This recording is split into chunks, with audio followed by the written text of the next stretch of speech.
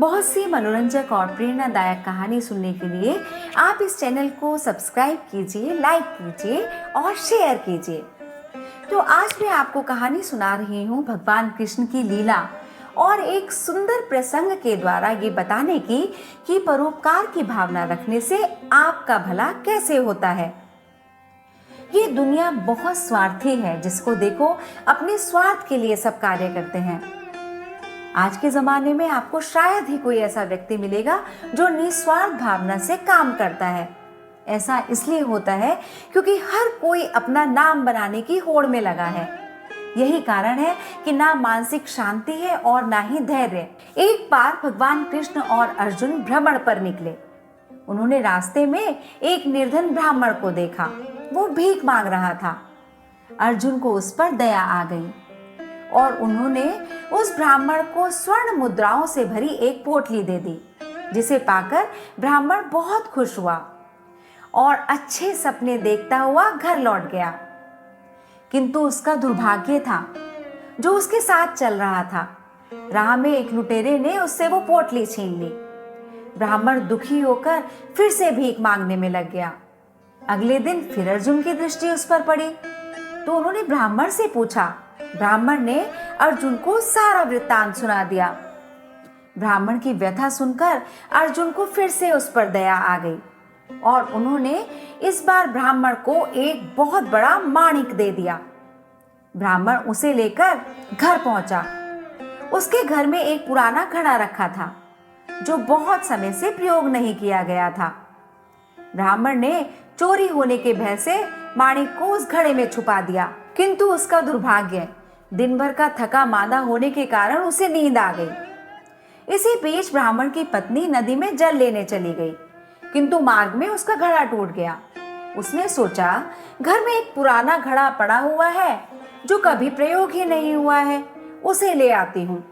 ऐसा विचार करके वो लौटी और पुराने घड़े को लेकर फिर से पानी भरने चली गई। जैसे ही उसने घड़े को नदी में डुबोया, जल की धारा के साथ वो माणिक भी बह गया।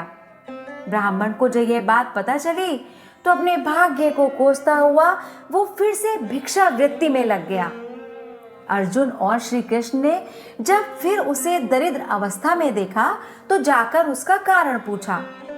सारा वृत्तांत सुनकर अर्जुन को बड़ी हताशा हुई और मन ही मन सोचने लगा, इस अभागे ब्राह्मण के जीवन में कभी सुख ही नहीं आ सकता। अब यहाँ से भगवान कृष्ण की लीला प्रारंभ हुई। उन्होंने उस ब्राह्मण को दान में 2 पैसे दे दिए। तब अर्जुन ने उनसे पूछा, प्रभु, मेरी दी हुई इतनी स्वर्ण मुद्राएं और एक माणिक इस अभागे की दरिद्रता नहीं मिटा सका, तो आपके दिए हुए ये 2 पैसे, इनसे ये क्या करेगा? यह सुनकर भगवान कृष्ण मुस्कुरा दिए और अर्जुन से उस ब्राह्मण के पीछे जाने को कहा। रास्ते में ब्राह्मण सोचता हुआ जा रहा था, 2 पैसे से तो एक व्यक्ति के लिए भोजन भी नहीं आएगा। प्रभु ने तो इतना तुच्छ दान दिया है, ये कैसी लीला है? ऐसा विचार करता हुआ वह चला जा रहा था। अचानक उसकी दृष्टि एक मछुआरे पर पड़ी। उसने देखा कि मछुआरे के जाल में एक मछली फंसी हुई है और वह छूटने के लिए तड़प रही है। ब्राह्मण को उस मछली पर दया आ गई। उसने सोचा, इन 2 पैसों में तो पेट की आग वैसे भी नहीं बुझेगी, क्यों ना इस मछली के ही प्राण बचा लिए जाएं। उसने 2 पैसों में उस मछली का सौदा कर लिया और मछली को अपने कमंडल में डाल लिया।